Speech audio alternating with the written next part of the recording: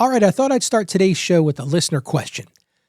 And when I got this question, I said, man, there are so many people that feel this way because honestly, I felt this way myself. Ralph, I start every new year full of hope, but by mid-January, I've already blown my budget. Why do I keep doing this? I feel like I'll never get ahead.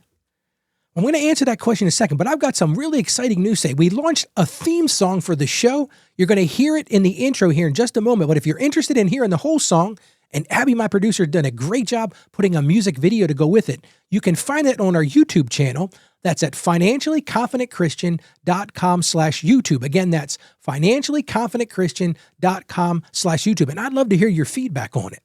But let's get back to today's question.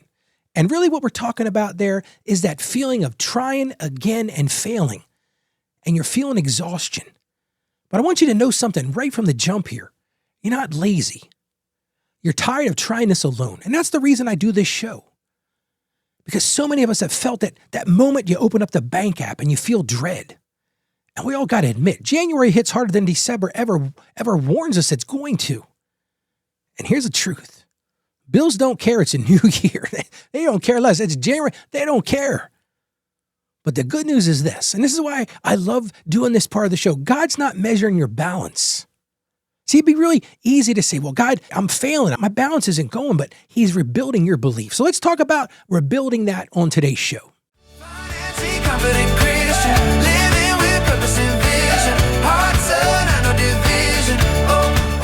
We ride. Hello and welcome to Financially Confident Christian. I'm Ralph, and I just want to thank you so much for joining me. Each day I try to help you break that cycle of financial shame and do it with confidence. And I've been guiding families just like you for over 30 years, and I've seen January chaos personally.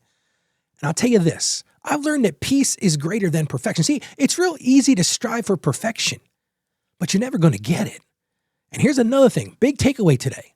A 90-day plan beats 90 days of panic. Let me share my own personal story. If you've listened to the show for a while, you know I used to be an executive of a credit union. Now, as an executive at the credit union, everybody kind of looked up to me. I'll never forget this one morning. I'm sitting in my office. It was about 8:30 in the morning, and my phone rings. And I reached over and grabbed my phone, and it was one of the ladies at work for me. She says, Ralph, she says, we got a problem. I said, what's going on? She goes, your checking account's overdrawn. And then instantly I was panicking. I was like, how could I have done this? But see, I've been there too. I've made those mistakes. And I was able to solve the problem. But man, talking about an emotional situation, because here, everybody's looking up to me. I'm the executive of the credit union, and now I'm in that same, we called it the dreaded list, to be honest with you. And I found myself there. So I just want you to understand, I'm not coming at you from judgment. I've been there just where you are. Let me tell you about a friend of mine. A friend of mine always dreaded January. She said, Ralph, I hate January. She said, I make these New Year's resolutions, but they always fall apart. Listen, I'll talk about that in a couple of days. I'm not a big resolution person, but anyway. So with this friend of mine, I said, here's what we need to do. We need to really plan out the first month of January. And then we'll plan out February and March. And we sat down with her books and we looked at what those things were coming up. We looked at her bills. We looked at those renewing subscription. We even talked about that heating cost spike. Hey, in January in Delaware, it gets a little cold out here. So we sat down, we made a plan. We put together an idea sheet. And I'll never forget, she called me in February. She said, Ralph, she said, you're never going to believe this. She said, this is the first calm that I've ever felt in February in years. And I just smiled. I said, yeah, that's what peace looks like. Before we felt that stress, but now we feel that stillness, knowing that we've got a plan. And listen, fans sometimes fail, but we have a plan. So let's get back to our question today. Why does this keep happening every January? But bigger than that, how do we build a plan that reflects trust, not tension? Because we need to move from emotion to empowerment. Well, I've got some ideas here to help you do that. First thing I want you to remember, it's all about God's grace before guilt. See, God starts with compassion. God doesn't start with criticism. He's not picking on you. He's not pulling you down. So if you don't hear anything else I say today, stop starting from shame. You don't have to live in shame. There's grace, and that grace can fuel your progress. And listen, if you make a mistake, like I did that morning at the credit union, what did I do the next day? I restarted. That restart is sacred. Because if we use guilt, we're going to constantly look back. We're going to constantly go back and compare what we did before. But grace looks forward. See, it's about the idea of hope rising. Second thing, plan small but win big. I want you to focus on 90 days, not 12 months. 12 months is way too far. If you're struggling with your finances, simplify. Just look at the next 30 days. Look at the next 60 days. Hey, if you can do 90 days, great. But look at those recurring things. Look at those seasonal costs. Look at the things that are known events, because listen to me right now. Financially, there aren't a lot of big surprise moments.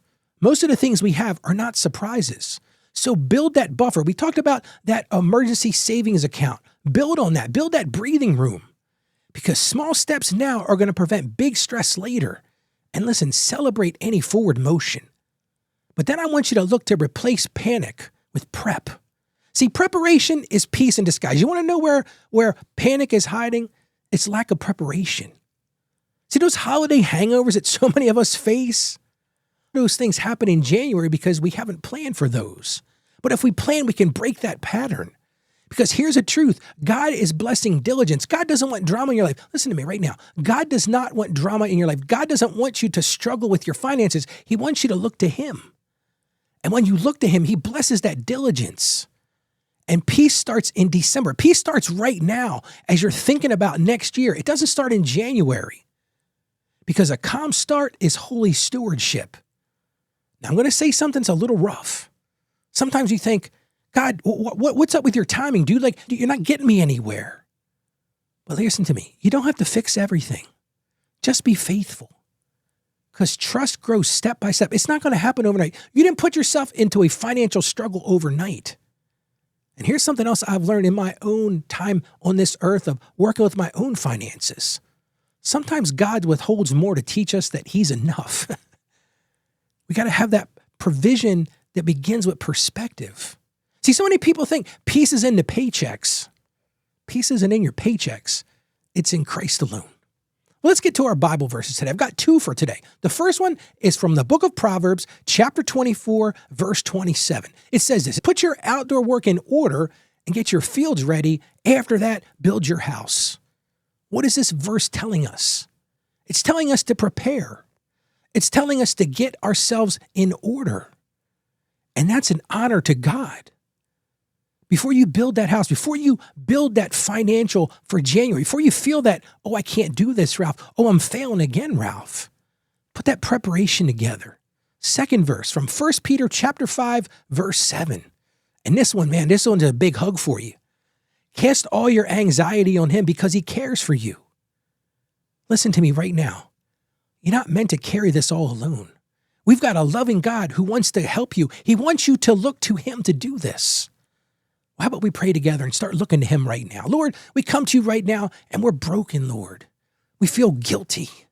Lord, help us to replace that guilt with gratitude for all the things you've given us, for the provision that you've given us. And Lord, as we prepare for this new season, this new year coming up, help us to prepare with peace and not panic, Lord. Help us to not live in fear. Help us to plan without fear, Lord. And we know that you can do this, Lord. So we ask you for the power to do this. And we ask this in the name of Jesus. Amen. All right, I've got one action item for you today. I want you to today take a few minutes and just plan your expenses for the first month in January and February and March. Just put them down on paper. Here's the things that I know are going to happen. And once you do that, take a step back and pray over them. Just thank God that you saw these coming and ask Him for the provision to help get you through.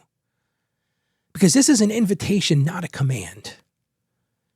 And if this spoke to you, like I said at the beginning, you don't have to walk this road alone anymore. We've got a community that you can join absolutely free. The easiest way to get to it is you go to financiallyconfidentchristian.com/join. What are you going to find there? It's a safe place to break that financial shame. It's a place where you can share your real stories and real piece of things that you've struggled with. I'm going to have faith-based tools and community support out there because listen, every story matters, including yours. So if you're interested in that, go to financiallyconfidentchristian.com/join. Listen, you're not behind. You're becoming. You're not condemned. You're being restored. God's not done writing your story. So go out there today and be a financially confident Christian. Stay financially savvy. You can do this. I have confidence in you.